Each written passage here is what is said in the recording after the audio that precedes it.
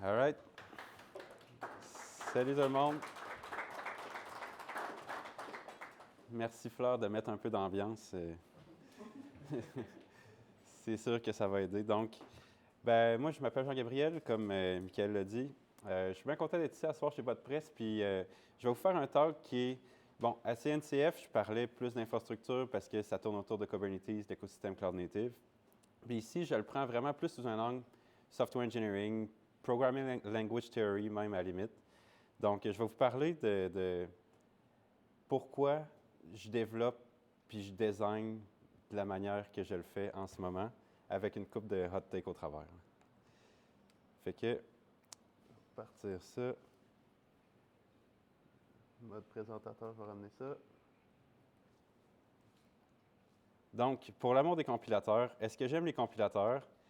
Oui, mais pas parce que ça prend du temps à compiler.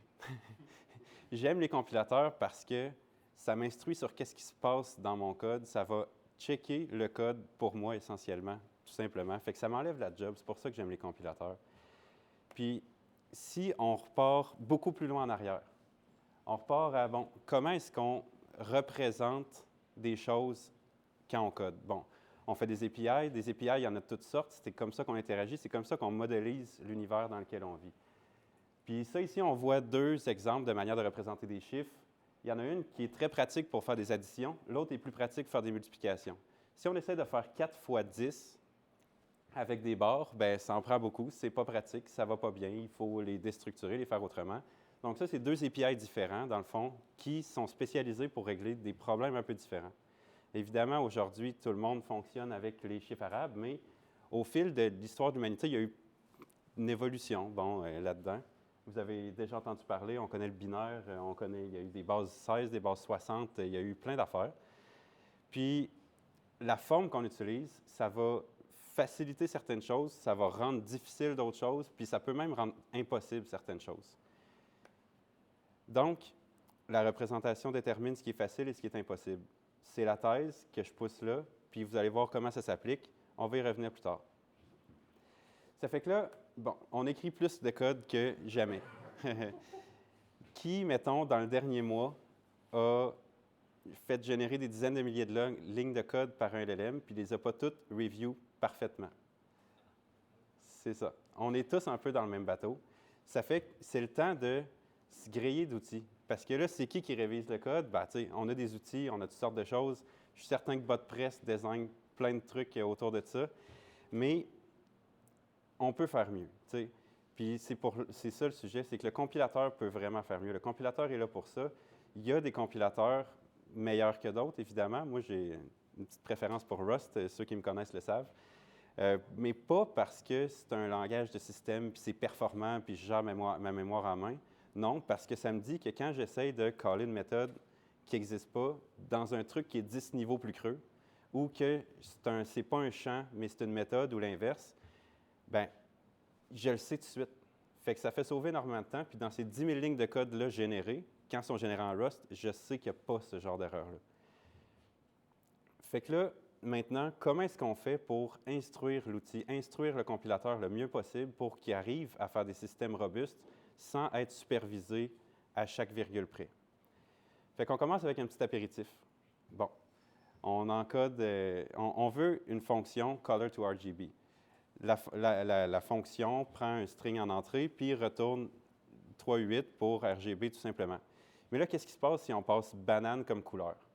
Bien, il faut écrire un test pour ne pas permettre d'assurer qu'on ne passera jamais banane comme couleur là-dedans, parce que c'est un problème de cardinalité. L'univers des possibles des strings est infini, tandis que l'univers des possibles de ce que nous, on accepte, c'est juste des couleurs primaires, par exemple. Donc, on peut utiliser un enum, une construction qui existe dans plein de langages, mais c'est le début pour, OK, dans quel sens on va réfléchir pour créer des systèmes plus complexes. Un cas concret, ça vient, c'est direct, c'est pas moi qui a inventé cette idée-là, qui a pensé à prendre cette idée-là. C'est un talk qui m'a beaucoup influencé de Will Crichton, un gars PhD de Stanford Brown, une affaire de même, qui est beaucoup dans le Programming Language Theory, Type-Driven Design, APIs, ce genre de choses-là. Fait qu'on va prendre cet exemple-là. TQDM, qui sait c'est quoi? C'est une librairie de progress bar en Python. En tout cas, ça montre une petite progress bar. Je vais vous montrer après à quoi ça ressemble. Fait qu'on a une liste d'items, puis on la wrap dans TQDM pour avoir une progress bar. Si on s'en va, là j'ai fermé mon terminal. Je vais rouvrir ça une petite seconde. Je n'étais pas censé fermer mon terminal. Ou il est dans un autre desktop. Oui, il est juste dans un autre desktop. Là, il est rendu là. Il va falloir que je me tourne parce que je n'ai pas mirror mon écran. Donc, on va venir on va pousser sur l'exemple de progress bar pas mal. C'est là que ça va se passer. Il s'agit que je me démêle dans mes affaires.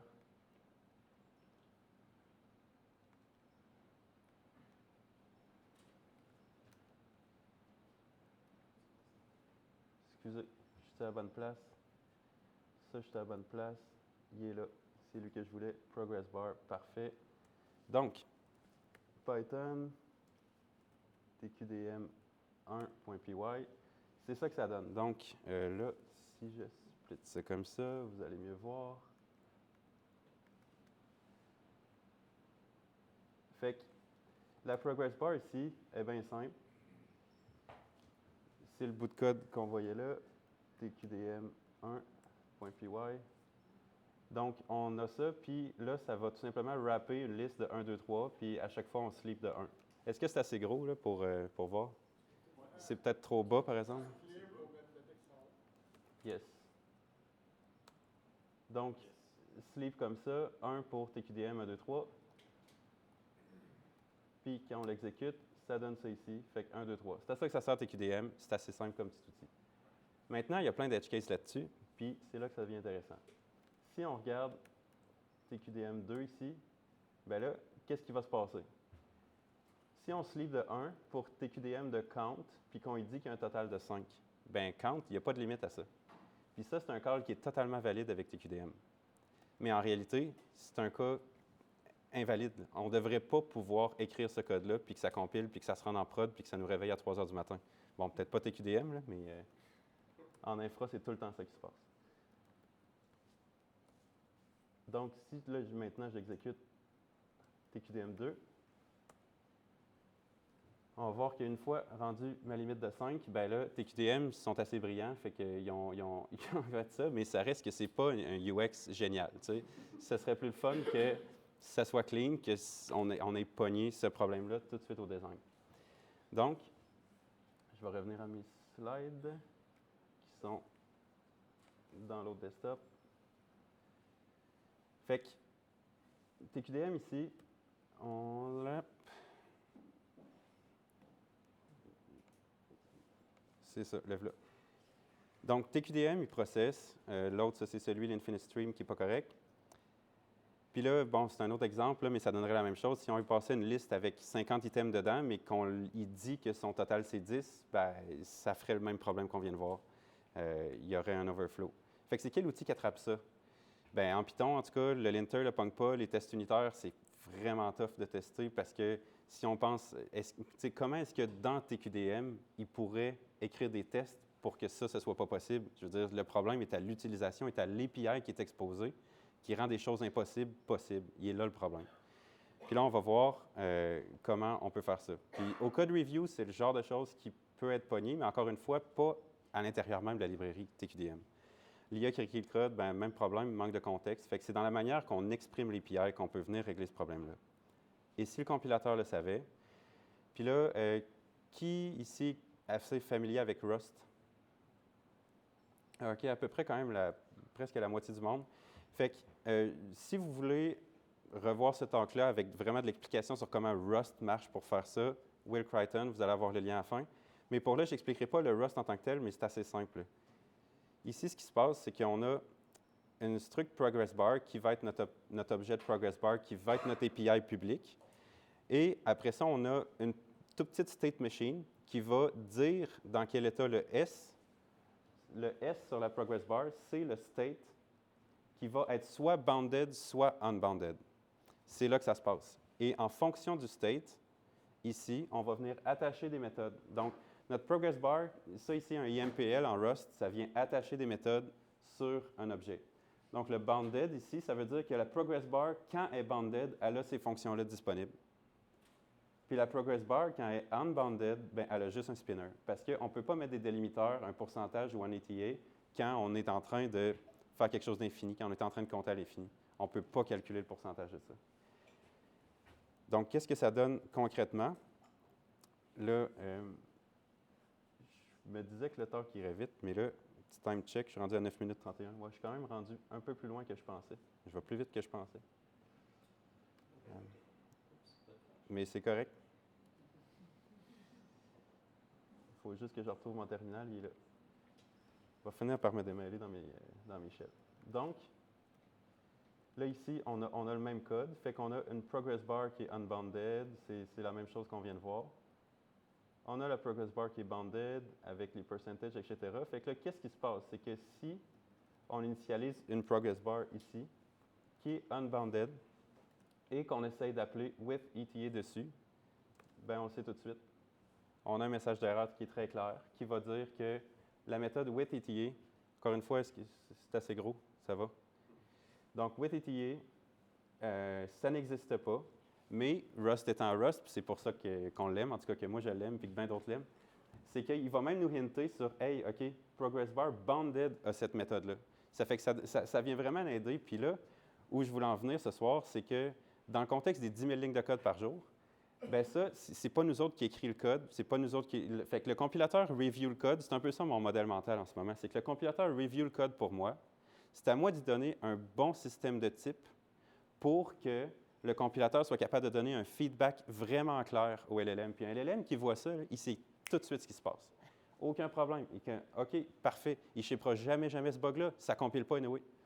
Donc, puis, il va être capable de dire, OK, level 3, progress bar bounded. Fait que là, il va pouvoir aller soit changer le type ou soit exposer un autre API ou dire, OK, c'est un progress bar bounded que ça me prend dans ce contexte-là. Puis là, bien, ça peut aller beaucoup plus loin. Par exemple, la progress bar, elle peut accepter certains types d'itérateurs. Puis en Rust, il y a des itérateurs génériques. Puis il y a aussi des bounded iterators. Ça fait que là, le bounded peut accepter un bounded iterator. Puis là, magiquement, ça vient s'ajouter sur n'importe quel itérateur.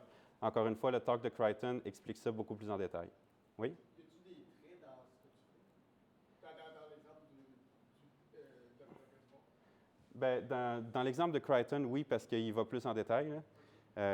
Mais dans l'exemple que j'ai fait ici, les traits, il n'y en a pas. Il n'y a pas de trait ici, mais c'est ça la manière que ce serait fait. Puis, ce serait tentant d'essayer de le faire live, là, mais je risque de m'enfarger.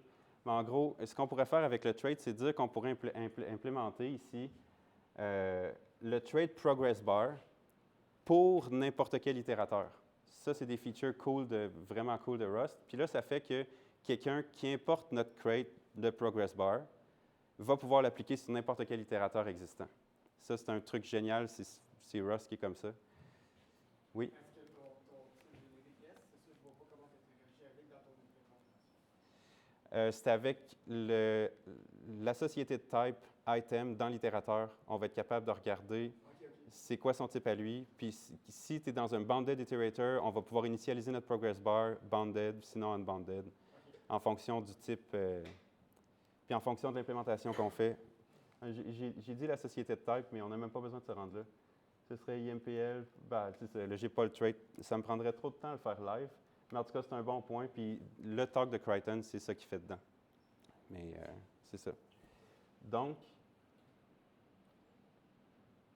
c'était pas mal le nerf de la guerre. Donc, ce que ça fait, je vous l'ai montré déjà, le message d'erreur ici. Fait que pour revenir à nos moutons, il va falloir que je retrouve encore. Il est ici. Je m'en viens-tu pas pire? Oui, je m'en viens pas pire. OK, je viens de catcher, c'est parce que j'ai des virtual desktop qui ne gèrent pas pareil ces deux écrans. Ça, je suis juste pas habitué à ça. Bon, voilà. Je suis démêlé. Fait que le progress bar bounded, unbounded. Donc ça, qu'est-ce que ça fait? Ben, ça vient instruire le compilateur. Mais le but, pourquoi moi j'aime ça, c'est parce que ça rend plein de bugs impossibles. Ça fait que on ship du code en production. Ça fait qu'il y a plein de crates Rust qui sont hyper utilisés, qui font des trucs assez complexes, qui n'ont jamais été changés en 10 ans. Pourquoi? Bien parce que leur API est clair. Il n'y a pas de edge case à gérer parce que la manière dont les types sont désignés, la manière dont l'API est désigné, permet de faire les choses qu'on veut faire et seulement les choses qu'on veut faire. Parce que c'est ça, l'exemple de la Progress Bar est intéressant parce que dans tes QDM, le premier jour où tu codes ça, tu ne te dis pas « Ah, il y a quelqu'un qui va passer un total tandis que j'ai un counter infini, puis là, fait que c'est des edge cases qui se rajoutent à l'infini. » Voilà. Puis ça, cette expression-là, « make impossible states impossible », c'est quelque chose qui est assez, en fait, le débat du type versus non typé, etc., ça date depuis le début des langages de programmation. Mais spécifiquement, il y a un autre talk de Richard Feldman qui est super intéressant là-dessus, lui, où il prend l'exemple dans le front-end d'un formulaire. Puis dans ce formulaire-là, un formulaire, pas de questions, ça ne se peut pas. Donc, si ton formulaire, ta liste de questions, c'est un vecteur, c'est possible que le vecteur soit vide. Donc, ton API, il y a un problème dedans parce qu'il rend un état invalide possible. Puis il argumente, puis il montre au travers de ça comment est-ce qu'on peut structurer ça pour que ce soit sharp. Puis la manière qu'il fait, là, je ne l'avais pas ici, mais la manière qu'il fait, c'est en disant, OK, tu as toujours une question qui est la question courante, puis après ça, tu as des questions avant puis des questions après. C'est comme ça qu'il twist le type system pour rendre impossible plein d'états. Il n'y a pas juste le fait qu'il y ait 0 question dedans, il y avait d'autres choses, là. Mais c'est ça, c'est un super bon talk, ça aussi. Donc, comme on disait au début, la représentation, c'est un levier. Puis là où un peu mon hot take à moi, c'est que, puis c'était ça que dans le titre de mon talk, c'était « Pour l'amour des compilateurs, shift left ou crève ». Pourquoi je disais ça? Pourquoi je me suis amusé à dire ça? C'est parce que je pense que le progrès technologique, en général, puis il y a un talk de CTO DeepMind, en tout cas, vous allez avoir tous les liens de ça, qui est super intéressant, qui explique très bien que la population mondiale des humains s'est mise à exploser depuis l'industrialisation. Pourquoi? Parce qu'on utilise de l'énergie pour faire du travail utile. Fondamentalement, c'est ça qui se passe. Ça se passe au niveau de l'énergie. Puis, c'est quoi le rapport avec ce que je raconte là, avec les types en Rust? Parce que, tu sais, c'est... Allô, là? Bien, le rapport, c'est que c'est à nous d'utiliser l'énergie qu'on dépense pour écrire du code de manière efficace. Puis, un compilateur qui pogne le bug au tout début a pris énormément moins d'énergie. Évidemment, on sait que les LLM, ça prend plein d'énergie, là, mais tout ça, l'énergie sociale du client qui trouve le bug, qui le rapporte, qui est whatever. Fait que le shift left, finalement, c'est ça qui permet de bâtir quelque chose de solide. Fait que c'est un levier, puis je pense que c'est ça qui va faire en sorte qu'on est capable de construire des belles choses. Retour aux chiffres romains, on en a assez parlé, mais pour une plateforme entière, OK, là, j'ai le temps, dans le fond, je vais vous montrer comment nous, on applique ça dans notre orchestrateur d'infrastructure Harmony. Très rapidement, mais ça revient au même principe. Encore une fois, il faut que je me démêle dans mes desktops. Il faut que j'aille là. OK. Puis, ici. Ouais, c'est là.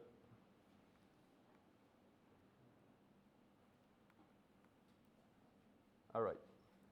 Donc, Harmony, orchestrateur d'infrastructure, de la manière que ça marche, nous, on déploie différentes choses sur une infrastructure donnée. L'infrastructure donnée, nous, on la représente dans le logiciel par une topologie.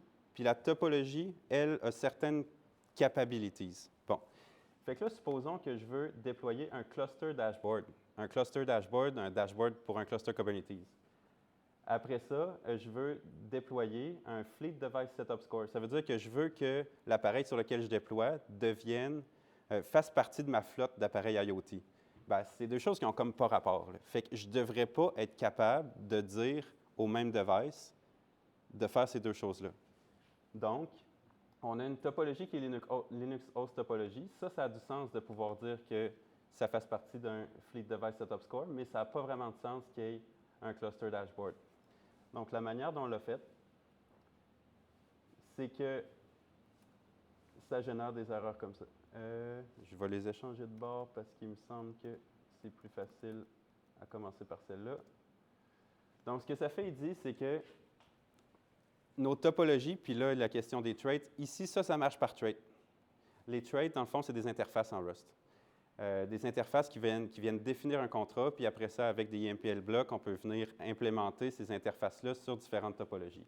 Donc ici, ça me dit, en gros, là, si je le traduis en code, ça veut dire que je n'ai pas de IMPL block Coritas client pour Linux Topology. Ça veut dire que ma Linux host, c'est pas un co-test client. Elle n'a pas les fonctions de co-test client, donc elle n'est pas capable de déployer les clusters Dashboard Score. J'ai ça direct dans mon IDE. Je l'ai tout de suite. Puis maintenant, je me dis, bon, ben OK, d'abord, je vais prendre mon autre topologie pour faire mon déploiement un peu étrange de cluster dashboard en même temps que de IoT device. Bien là, ça va me dire la même chose, mais à l'inverse. C'est-à-dire que là, ici, il y en a beaucoup plus, mais c'est toute une série de trades parce que pour joindre une flotte d'IoT, bien, il faut installer des packages, il faut lever des services, il faut faire plein de choses. Donc ça, c'est toute une série de capabilities qui ne sont pas implémentées pour Co-Vitess Anywhere Topology. Donc là, on voit que Host Reachable n'existe pas, que, excusez, ici en bas, Package Installer n'existe pas. Fait que j'ai toute la liste de ce qui n'existe pas qui va me dire, OK, puis je peux avoir des hints en bas sur qu'est-ce qu'il implémente. Fait que c'est comme ça que nous, on a pris ça de l'exemple. Bon, au début, on a vu les couleurs. C'est un exemple hyper basique. Après ça, TQDM, ça commence à être intéressant. Puis TQDM, on peut le réfléchir comme étant une librairie réutilisée qui va exposer un API qui va être beaucoup plus stable parce qu'il permet seulement de faire les vraies choses. Puis après ça, nous, on a amené ça au niveau de notre orchestrateur. Fait que c'est comme ça qu'on l'a fait. Voilà. Fait que ça, c'est ça. Fait que dans notre plateforme, fait que Score Topology Interpret, c'est un peu ça que j'ai montré. Fait que c'est typé de bout en bout, ça nous permet de faire des choses. Évidemment, ce n'est pas parfait. Puis c'est là que, bon, on dirait que c'est fait.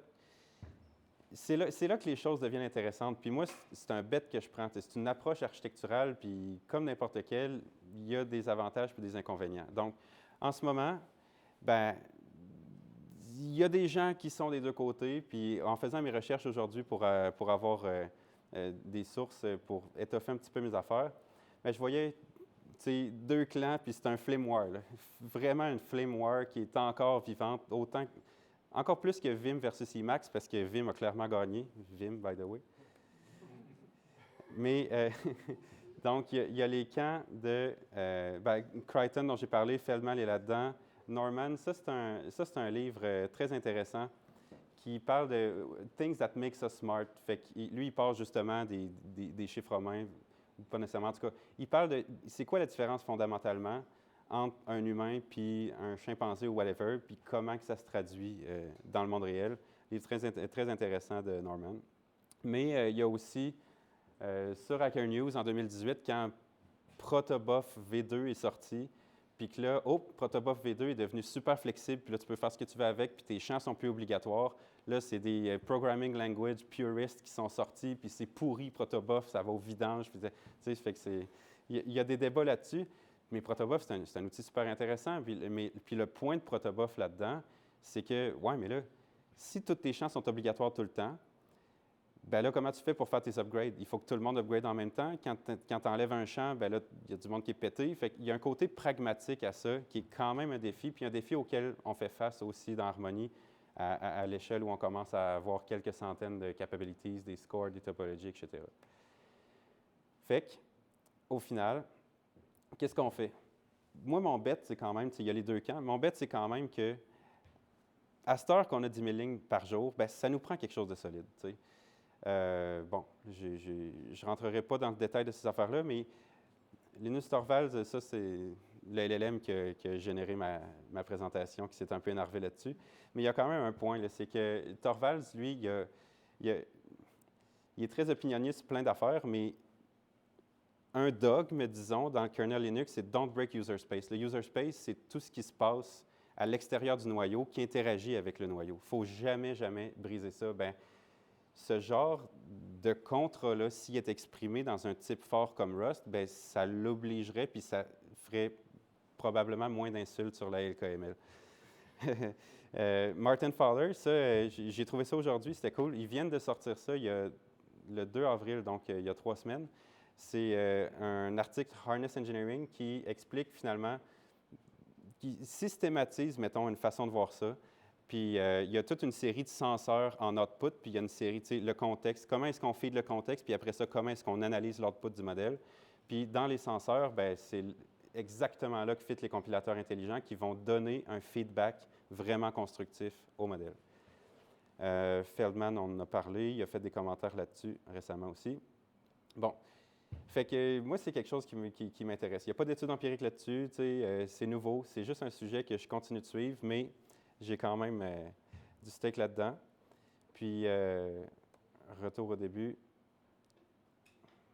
La représentation détermine ce qui est facile et ce qui est impossible. C'est ça qu'on a dit.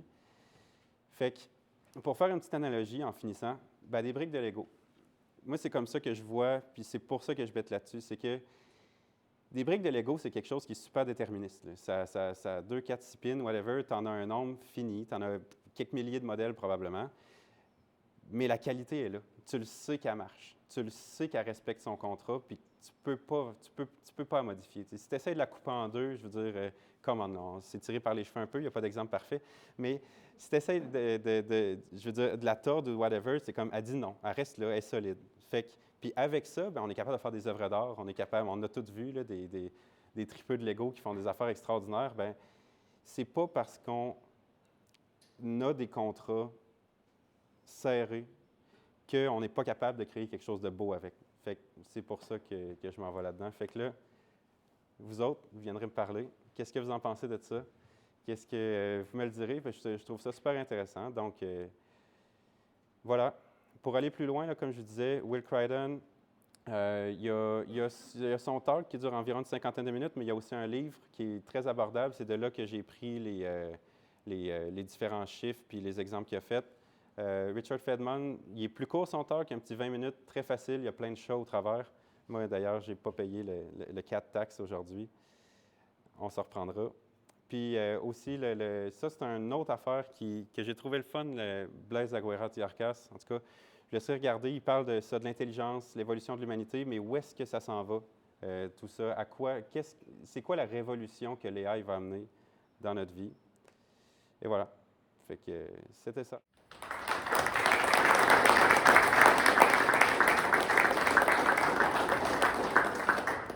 Juste avant, le code QR, c'est vers les références du talk. Fait que si vous voulez creuser plus loin, oui?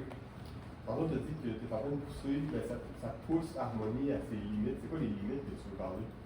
Les limites, c'est que, par exemple, quand on a une topologie qui implémente 25 capabilités, puis là, qu'on en veut une plus simple qui en fait juste 2-3, c'est là que, on a des solutions, mais c'est pas encore fait, c'est de pouvoir dire que, OK, là, on veut créer des plus petits blocs plus modulaires, puis on veut hériter 4-5 capabilités, puis que ça vienne de ce morceau-là. Par exemple, si on voulait avoir un Linux host qui est aussi un Covites, là, je pourrais créer une topologie au-dessus des deux, puis les introduire, mais ça fait du boilerplate en ce moment, le feeling n'est pas génial.